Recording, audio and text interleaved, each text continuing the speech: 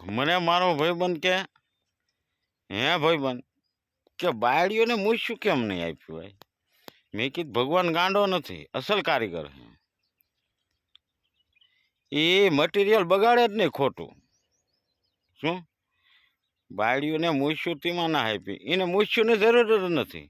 તો આ બધા પુરુષ બીવે જ છે, એકો એક પુરુષ બીવે છે.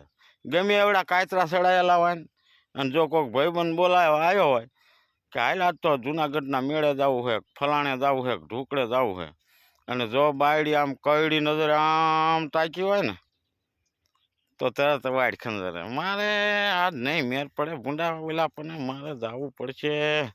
તું એક તારે જી આઈને આ દેશી આવે તો મૂછ્યું આપ્યું હોત તો શું આપણી દેશી આવે?